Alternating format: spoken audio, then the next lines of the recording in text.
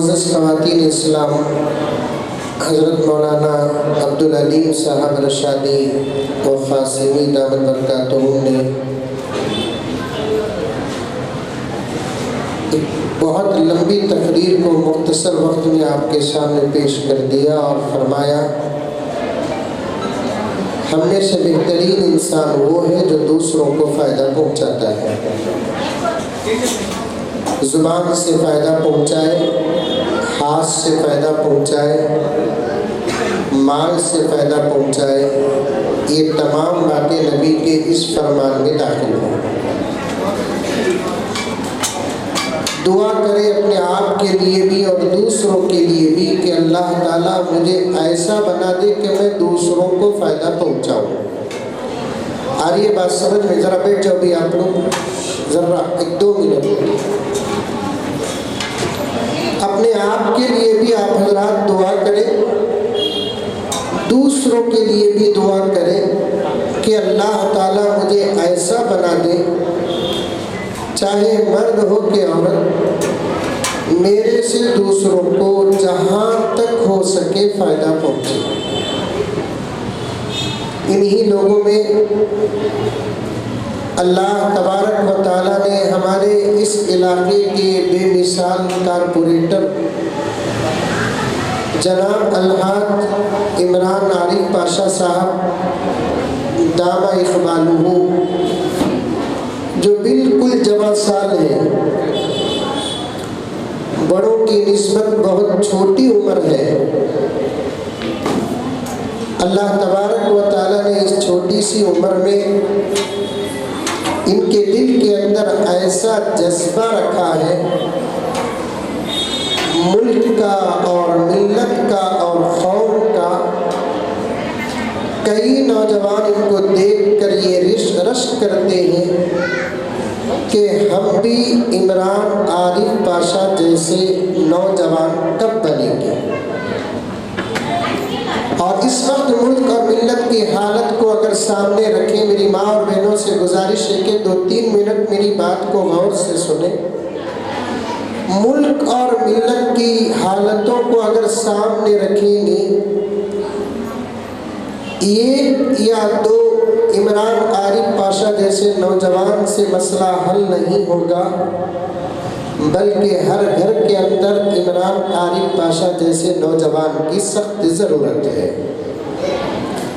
اللہ تعالیٰ سے آپ حضرات دعا کریں ایسے خدمت کرنے والے نوجوانوں کے عمر میں برکت عطا فرمائے۔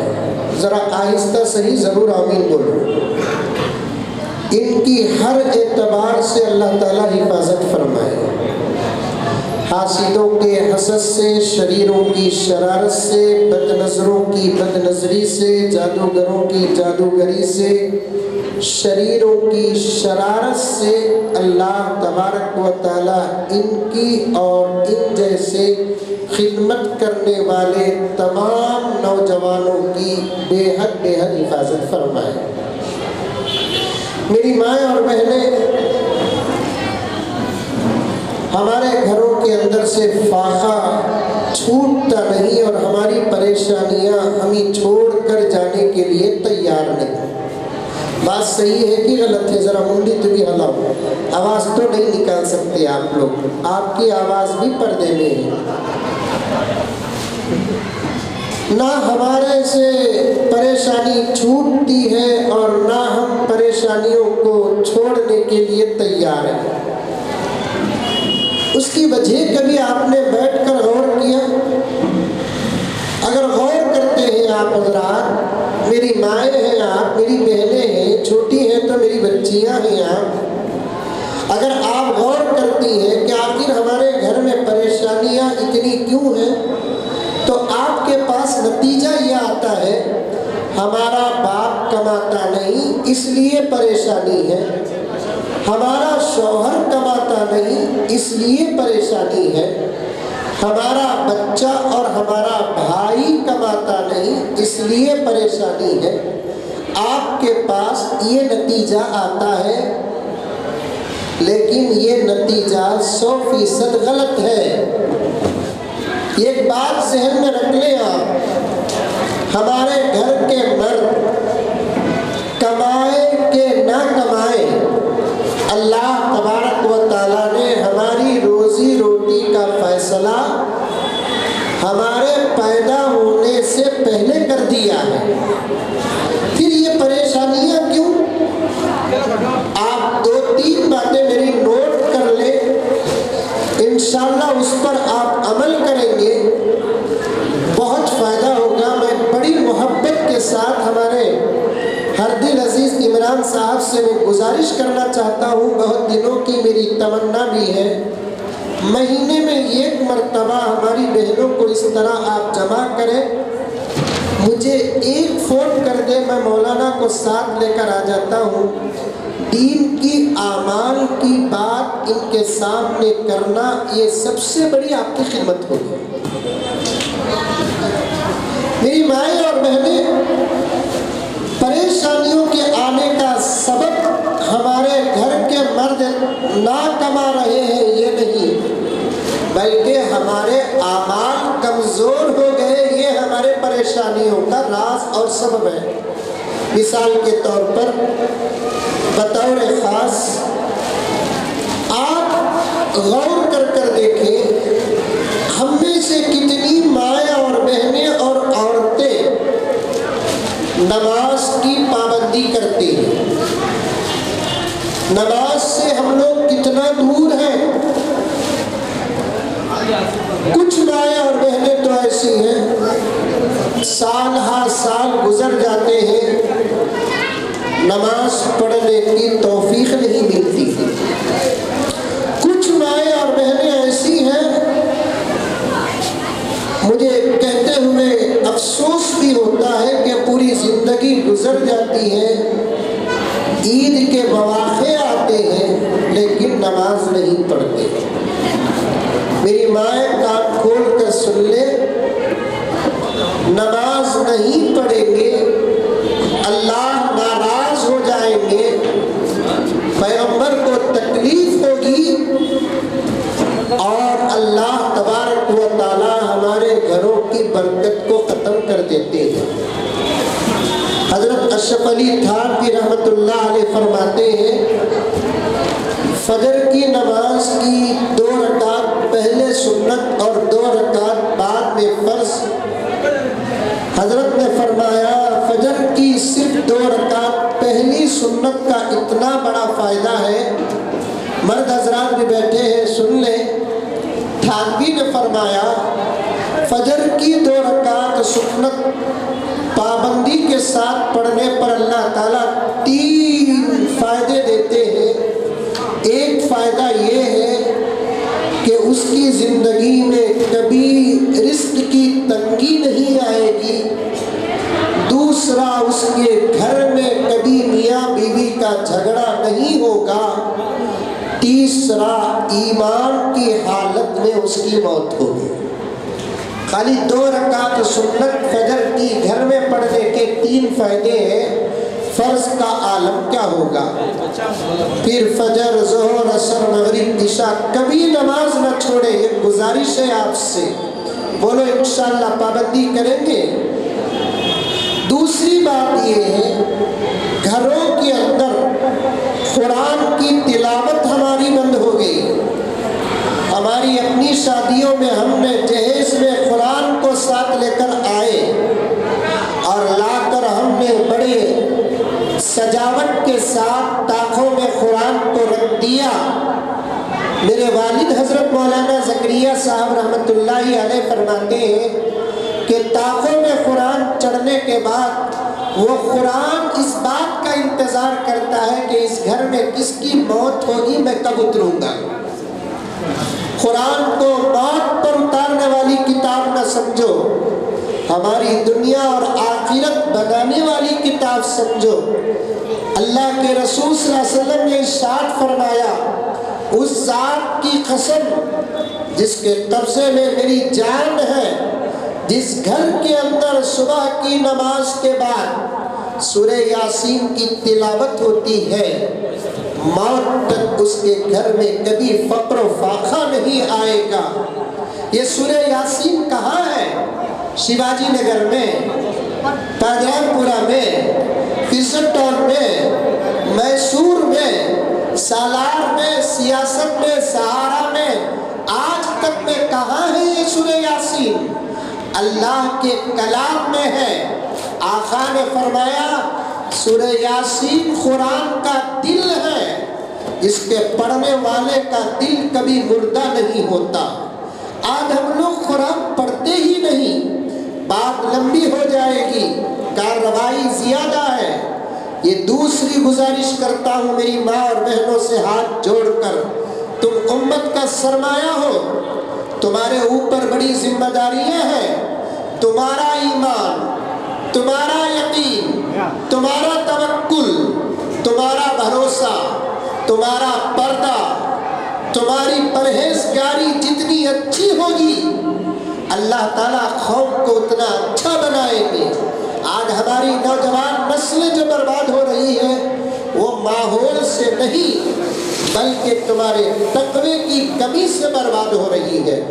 تیسری گزارش، صبح کو 100 مرتبہ کثرت کے ساتھ استغفار پڑھے اور 100 مرتبہ درود شریف پڑھے، شام کو 100 مرتبہ استغفار پڑھے اور 100 مرتبہ درود شریف پڑھے۔ سمجھ میں آ رہی ہے بات میری؟ ارے آ رہی ہے نہیں آ رہی ہے؟ 3 باتیں بولا۔ تیسری بات نماز کی پابندی، قرآن پاک کی تلاوت۔ تیسری بات صبح کو 100 مرتبہ درود شریف، 100 مرتبہ استغفار۔ استغفار بولے تو کیا؟ استغفر اللہ ربی من کل ذنب و خطیئۃ و اتوب الیہ۔ اتنا لمبا پڑھنے نہیں ہوتا یا یاد نہیں ہے، کم سے کم استغفر اللہ استغفر اللہ استغفر اللہ پڑھو۔ قرآن پاک میں ہے، مولانا اور مولانا سب بیٹھے ہوئے ہیں، قرآن میں جو بات ہو جاتی ہے نا اس میں ڈاؤٹ کرنے والا کافر ہے۔ اللہ تبارک و تعالیٰ فرماتے ہیں وَاسْتَغْفِرُوا رَبَّكُمْ إِنَّهُ كَانَ غَفَّارًا وَيُمْدِدْكُمْ بِأَمْوَالٍ وَبَنِينَ۔ اللہ تعالیٰ فرماتے ہیں کثرت سے استغفار پڑھو۔ اس کا پہلا فائدہ یہ ہے کہ موت سے پہلے اللہ تبارک و تعالیٰ مغفرت کا فیصلہ فرماتے ہیں۔ دوسرا فائدہ یہ ہے وَيُمْدِدْكُمْ بِأَمْوَالٍ، استغفار کی برکت سے اللہ تعالیٰ حلال مال کو بے حد و حساب دیتے ہیں۔ میں بہت جلد عمران صاحب سے گزارش کر کے 2-3 گھنٹے کا ایک پروگرام بنا کر آپ کی خدمت میں اسی شادی محل میں آنے کی کوشش کروں گا تاکہ یہ باتوں کو میں کھول کر بیان کروں۔ میری مائیں، میری بہنیں، تمہارا گھر میرا گھر ہے، مجھے اچھا نہیں لگتا، عمران صاحب کو اچھا نہیں لگتا، مولانا عبدالعلیم صاحب کو اور الحاج عارف پاشا صاحب کو اچھا نہیں لگتا کہ ہم اپنے گھر کے اندر کھائیں پیٹ بھر کر اور آپ کے گھر کے اندر فاقہ ہو۔ ہم کہاں تک پہنچ سکتے ہیں؟ جہاں تک پہنچے ایک آئیڈیا، ایک عمل آپ کی خدمت میں مولانا کے حوالے سے، عارف بھائی اور عمران بھائی اور اسٹیج میں جتنے حضرات بیٹھے ان کے حوالے سے کرتا ہوں۔ آزما کر دیکھو، قرآن کی بات بتا رہا ہوں، آزما کر دیکھو۔ یہ تیسرا کام، پہلا نماز، دوسرا قرآن کی تلاوت، تیسرا صبح کو 100 مرتبہ استغفر اللہ، 100 مرتبہ صلی اللہ علیہ وسلم، رات کو سونے سے پہلے 100 مرتبہ استغفر اللہ، 100 مرتبہ صلی اللہ علیہ وسلم پڑھو۔ چند دن نہیں گزریں گے، آپ کے پریشانیوں کی جو شکایت ہے اللہ ایسے کلیئر کریں گے کہ آپ خود سوچ میں پڑ جائیں گے کہ وہ پریشانی کبھی میری زندگی میں آئی بھی تھی کہ نہیں۔ بولو انشاءاللہ عمل کریں گے۔ میری ماں اور بہنیں، بڑی محبت کے ساتھ گزارش کر رہا ہوں، نماز کی پابندی کرو، قرآن کی تلاوت کرو اور صبح شام استغفار اور درود شریف پڑھتے رہو۔ اور آخری گزارش یہ ہے کہ اللہ کے پاس مانگنے کی عادت ڈالو۔ اللہ کے پاس جو آدمی مانگنے کا عادی بن جاتا ہے اللہ اپنے دروازے کے علاوہ اسے کسی اور کے دروازے میں نہیں بھیجتے. ہمیں مانگتے چلیں اللہ تعالیٰ کے پاس. اللہ دے، پیار سے مانگو، محبت سے مانگو، کبھی لاڑ سے مانگو. کبھی اگر آپ اس مقام تک پہنچے ہیں تو لڑ کر بھی مانگو. دودھ دینا سو، تو نہیں دیا تو کون دینا؟ دینا تو. ضد کرنے والے، لاڑ کرنے والے اولیاء جب لاڑ کیے تو آسمانوں سے دسترخوان اترے. اللہ تعالیٰ مجھے اور آپ کو عمل کرنے کی توفیق عطا فرمائے. جیسا کہ میں نے شروع میں عرض کیا تھا کہ عمران عارف پاشا صاحب خدمت کے میدان میں شہ سوار ہیں. اللہ تبارک و تعالیٰ ان کو اور خدمت کرنے کی توفیق عطا فرمائے. صرف توفیق ہی نہیں، اللہ تعالیٰ ان کی ہر خدمت کو قبول فرمائے. قبول ہونا بہت بڑی بات ہے. کرنے والے تو لاکھوں کروڑوں ملیں گے، لیکن اللہ کو معلوم ہے کہ کس کی خدمت اللہ کو پسند آتی ہے. ہم اور مولانا عبدالعلیم صاحب، مولانا نظام الدین صاحب، میرے دوست الحاج تنویر صاحب جو اب آئے شیواجی نگر سے، یہ سب مل کر دعا کرتے ہیں کہ اللہ تعالیٰ عارف بھائی کی اور عمران صاحب کی اور دوسرے جتنے بھی حضرات جو بھی خدمت کرتے ہیں، اللہ تعالیٰ ان کے خدمات کو قبول فرمائے، دنیا اور آخرت میں بہترین بدلہ عطا فرمائے. آمین. وآخر دعوانا ان الحمدللہ رب العالمین. السلام علیکم ورحمۃ اللہ وبرکاتہ. جب قوم کا کوئی رہبر اور لیڈر ہوتا ہے تو اسے ہمیشہ اپنی پوری زندگی اور اپنا وقت قوم کی خدمت کرتے رہنا چاہیے.